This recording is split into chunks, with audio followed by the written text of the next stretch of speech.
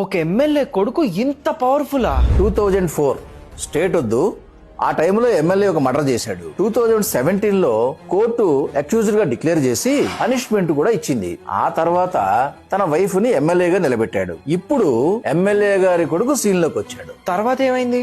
ఒక Dalit student leader ని ఇంటికి పిలిపించుకొని కొట్టాడు. ఆ తర్వాత జైలుకి వెళ్ళాడు. జైల్లో కూర్చొనే కోఆపరేటివ్ బ్యాంక్ ఎలక్షన్స్ గెలిచాడు. ఆ తర్వాత స్టేట్ హైకోర్టు నుంచి బెయిల్ తెచ్చుకున్నాడు. బయటకు వచ్చాడు.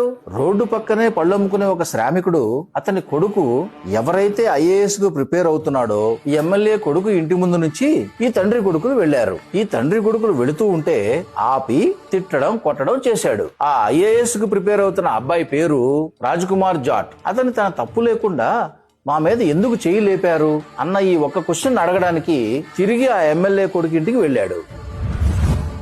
మరుసటి రోజు ఆ అబ్బాయి బాడీ రోడ్డు పక్కనే ఉన్న ఓపెన్ డ్రైనేజ్ లో దొరికింది. పోలీసులు ఏం చెప్పారు? యాక్సిడెంట్ అయిందని చెప్పారు.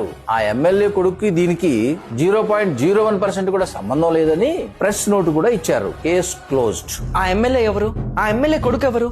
ఇంతకీ ఇదంతా జరిగింది ఏ స్టేట్ లో? ఈ ఇన్సిడెంట్ విన్నారు కదా. మీకు పొలిటీషియన్స్ మీద ఉన్న హానెస్ట్ ఒపీనియన్ ని కామెంట్స్ లో రాయండి.